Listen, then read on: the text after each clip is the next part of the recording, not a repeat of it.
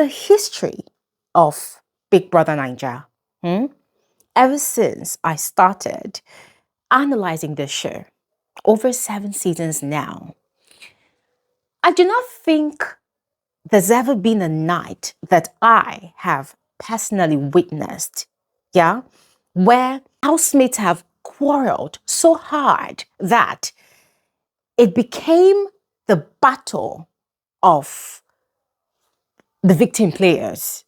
I don't know if you get what I mean. And I hope I'm actually putting it right. Because guys, listen, last night traumatized me. Last night was so chaotic in Big Brother's house. It wasn't your regular type of people fighting, all those crazy type of fights where people are raising, their voices and looking like they want to throw punches. It wasn't that kind of fight. See, I personally felt like that was more of, I don't want to call it spiritual, although at some point it felt spiritual, but jokes aside, last night was more of a mental, like, how do I put it? It was more like a mental sort of battle, It was intense, very intense. And I must give it to these housemates though. They are really, really living by the theme of the season. Show yourself. Because everybody was involved. In one weird way or the other, everybody was showing themselves. See ya, ladies and gentlemen, there's a lot to spill on this video, all right? There's a lot to spill. There was the welcome dinner that Big Brother threw for the housemates. I'm totally going to have to make another video about that one because I have so many observations. There were so many things that happened. The dinner wasn't my favorite, when we talk about welcome dinners that Biggie has thrown housemates before, on the show. But as much as it was kind of boring, in my opinion, I have a lot of observations and there were quite a number of things that happened. There was a game that was played, which was also not interesting, but also sort of insightful into the mindset of some of the housemates. So there's going to be another video about that, all right? However, besides the dinner, the aftermath of the dinner, it was the aftermath of the dinner that carried this much chaos. Yeah, the aftermath of the dinner was like, it was like Big Brother said, unleash. Yeah, and the housemates decided, you know what, bam, let's go crazy. So on this video, we're going to talk about all the heated altercations that happened, the disagreements, the genesis. Of course, when I say genesis, this one is in relation to Chimsom and Belle's altercation. They had a huge altercation yesterday. It was unfortunate that the cameras did not want to show us, and I kind of understand why they did not want to show us. One of the reasons is because Neche and Ricky, they were having their own problems downstairs. In fact, a lot was just going on. So ladies and gentlemen, apologies already that this intro is too lengthy. I really need to give you all a heads up of what to expect on this video. So we're going to dive right in right now, all right? And before we do so, again, first, you're all specially welcome to my channel. My name is Gloria Elijah. This is Frankly Speaking with Gloria Elijah, and I am the girl with the T. Secondly, please engage in the comment section. I would love to see your comments. I would love to read your thoughts because there's a lot and I need your opinions, all right? Also, do not forget that on Saturday, 3 p.m. WAT, we're going to be converging here for a live conversation. There's a lot to discuss and listen, you need to pull through. You need to be a part of that conversation, all right? Anyways, all of that said, quickly, let's proceed with the details of this particular video. Beginning with Chimsom and Belle's issue. Ladies and gentlemen, these two had a heated altercation last night after the dinner party. It was so heated to the point that certain words were used. As a matter of fact, a lot of derogatory words was used. They were thrown at each other. However, one particular statement stood out, and that is a statement from Bells. She said, "Stop sexualizing me." Yeah, she has said that to Chimsom, and that had completely changed should I say, the trajectory of that altercation that they were having. Now, it is quite unfortunate that we did not see the main altercation itself, but thankfully we saw the beginning of the altercation. All right, in case you missed it, this is how it happened. Housemates had their dinner, as I mentioned before. They had been given an instruction to play a particular game. Now, according to the way Bells had explained it, she has this, I think she said she has acid reflux or the stomach ache. Yeah, but she used the word and the term acid reflux, and she was quite hungry.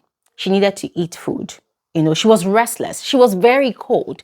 She had even borrowed what's his name, Sultex's for coat to put over her. So as a matter of fact, she even wore it because most of the housemates attested to the fact that the arena was really freezing during the dinner.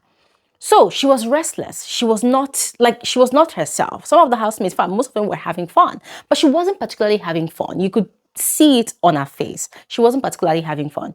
So the way Big Brother had done it, housemates had I think, about an hour to, first of all, go get them food, serve themselves, eat, and then they went into the games. Now, I'd seen Bells having cake first and one or two other side things to eat. But then later on, according to her, she had told Chimsom that she wanted to go and get food.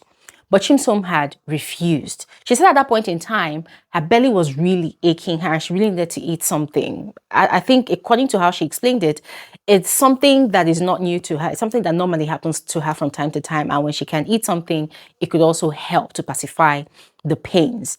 Chimsom refused. But just as he had refused her, Ricky had stood up in the middle of the game they were playing to go and get something to eat. So she had turned and looked at Chimsom and said, "But you allowed Ricky to go. Why can't I go?" That it was only then that Chimsom had then allowed her to go and get food as well. Now, that had really, really hurt her because that was not the first time it was happening.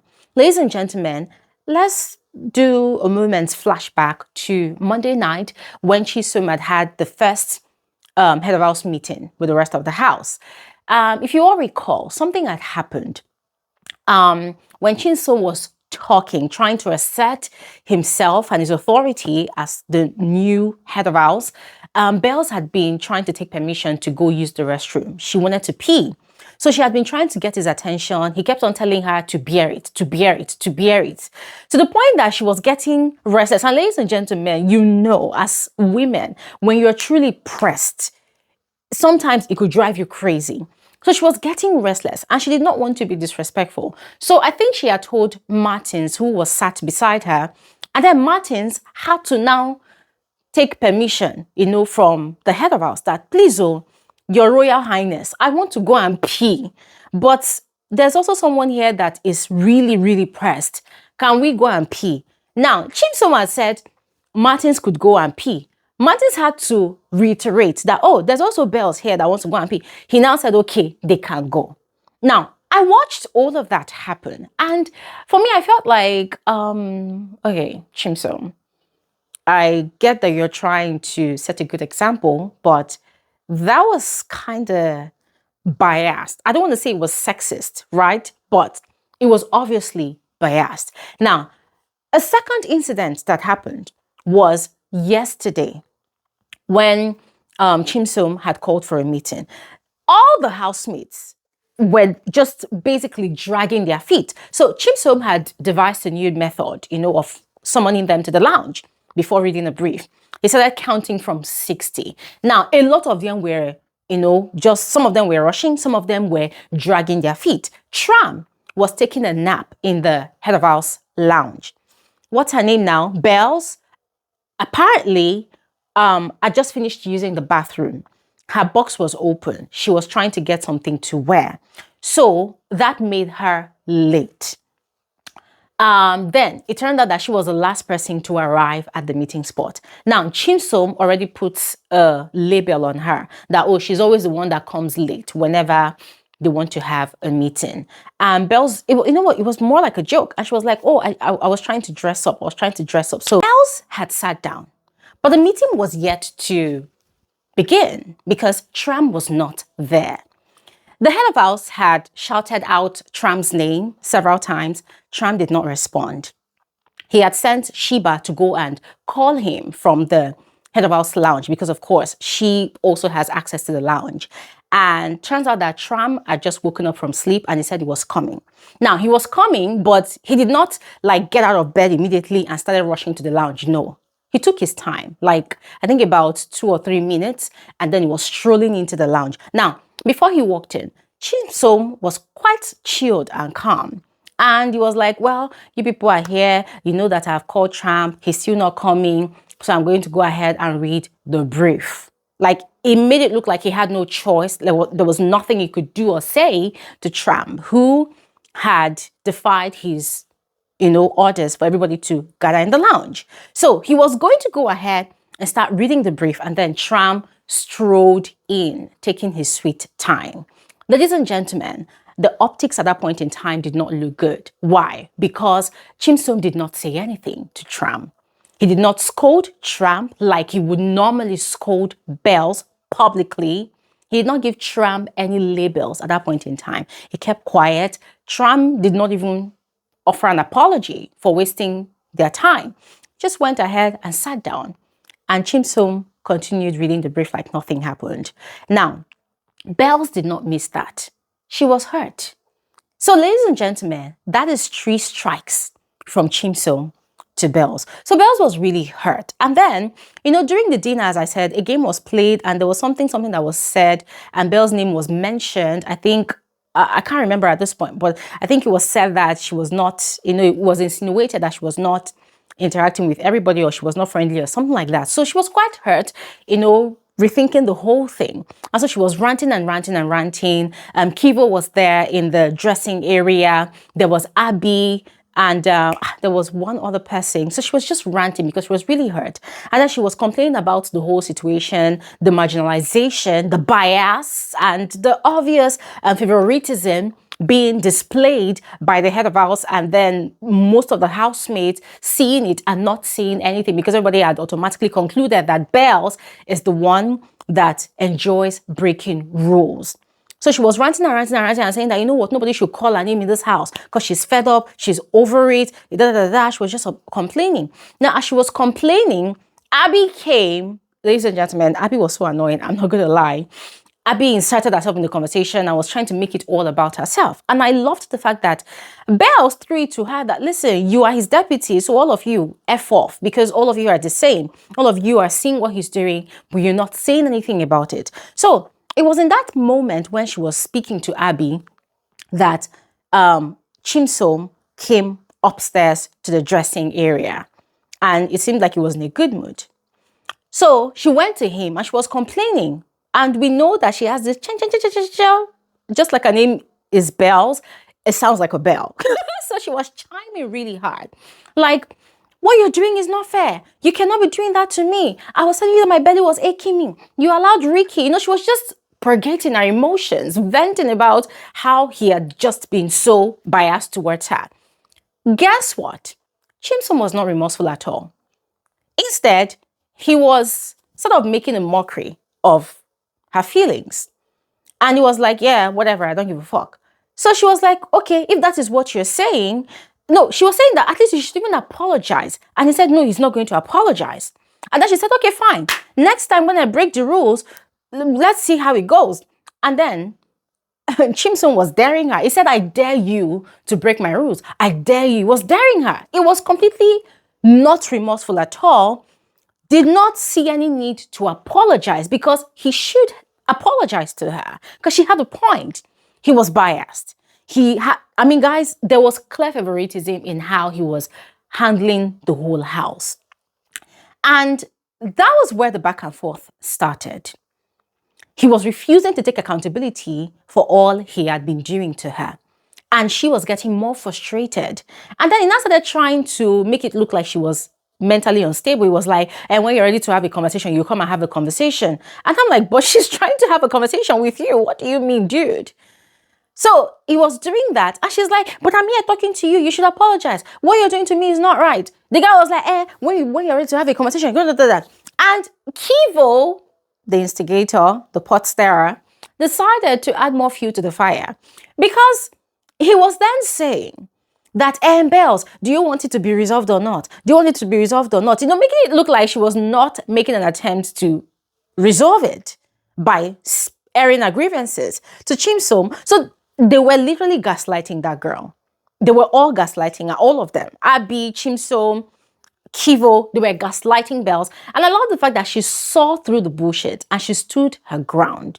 So the matter continued, right? But just as they were having their own issue, that was when Neche and Ricky, Cassie and Barry were discussing this whole situation of the fight that happened between both of them and Nomi the previous night. They were having a conversation in the garden. We're going to get to that part, but first, let's conclude this Chimsom and Bells situation. So the cameras was trying to switch, around the house to capture everything that was happening.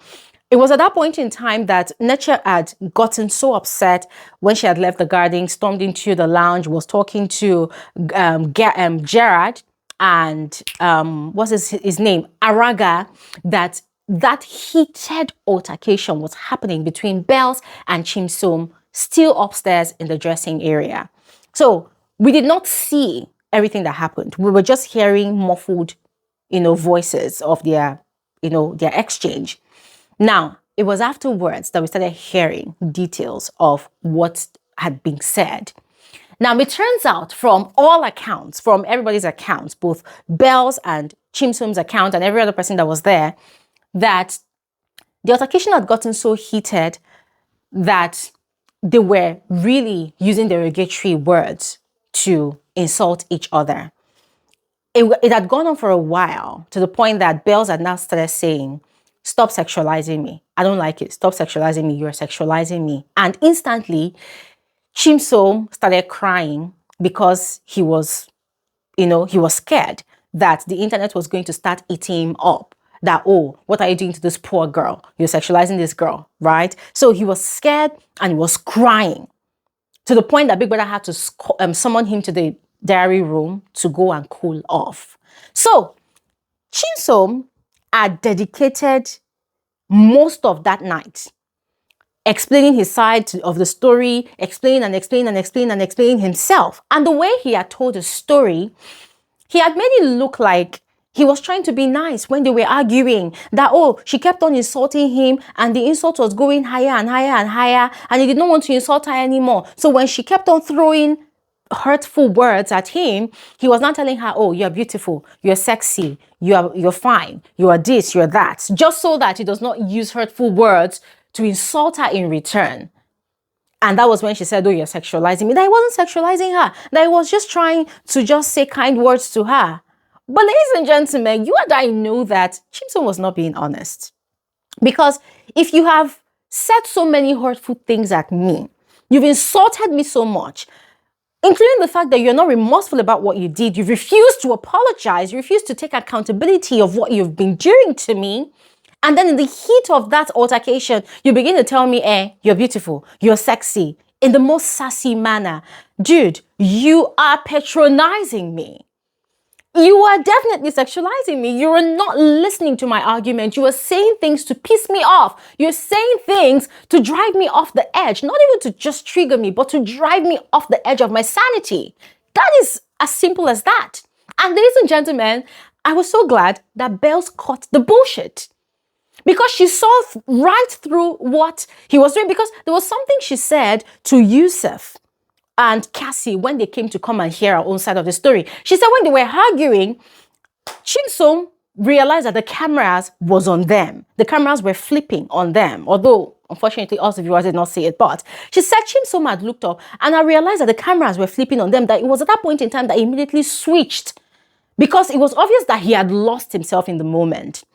So when he realized the cameras was on them, he switched and started giving her compliments. Because he was saying that, oh, I was just giving her compliments. It's a lie. Like, that was what he was doing, but that wasn't the intention, to compliment her. No. So he now started using complimentary words, complimentary language. So it was when Bells explained it, and Abby also seconded it, that it now made more sense why she felt truly attacked and used the word, oh, sexualized, you're sexualizing me. Now, a lot of people might argue that, okay, that was an extreme word for her to use. She could have just said, oh, stop patronizing me, right? However, ladies and gentlemen, it can also be argued that, well, that was how she felt at that point in time.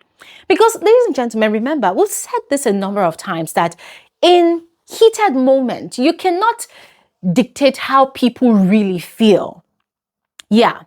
You cannot blame people for how they feel because we're emotional beings. Even though some of us are logical and emotional, it is not everybody that are both when they are in a heated moment.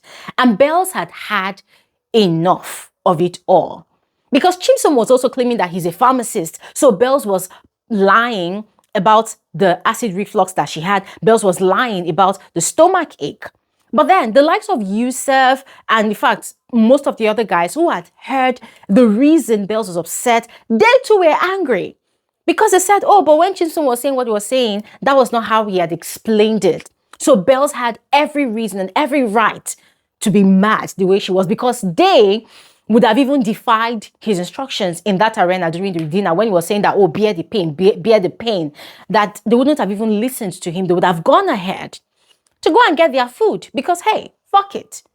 Who are you? I'm not going to risk my life just because you are head of house. So, ladies and gentlemen, that is what happened. I thought I should give you all the critical analysis of that situation because a lot of people did not see what happened. A lot of people did not know the backstory of what happened. You know, a lot of people were just saying that, oh my God, fear girls. Because some of the guys were saying, oh, fear girls. Oh, this one that she's saying, sexualize. That was what they were saying, not until they went to go and hear it from Bells' mouth and, you know, Abby and one or two persons that were there, not until they went to go and hear the story that they now realized that, oh, this is exactly what happened. So Chimsom was going on media rounds last night, trying to clear his name, that he was not sexualizing Bells, and he was only giving her compliments. But if you do not know what truly happened, you will think that those were harmless compliments. They were not harmless compliments. They were condescending compliments. Yes, compliments that came right in the heat of the moment, and also because he did not want the viewers to perceive him to be a bad person. So, ladies and gentlemen, I would love to hear your thoughts about that. So please go ahead and share in the comment section below. In conclusion of this matter, ladies and gentlemen, if you ask me, Glory Elijah, do you think it was okay for Bells to use the statement, "You are sexualizing me," to describe Chimsom's so-called compliments to her in the heat of their altercation? Do you think it was okay? Ladies and gentlemen, my response to you will be this. It is nothing new. It is something you're familiar with that I would always say.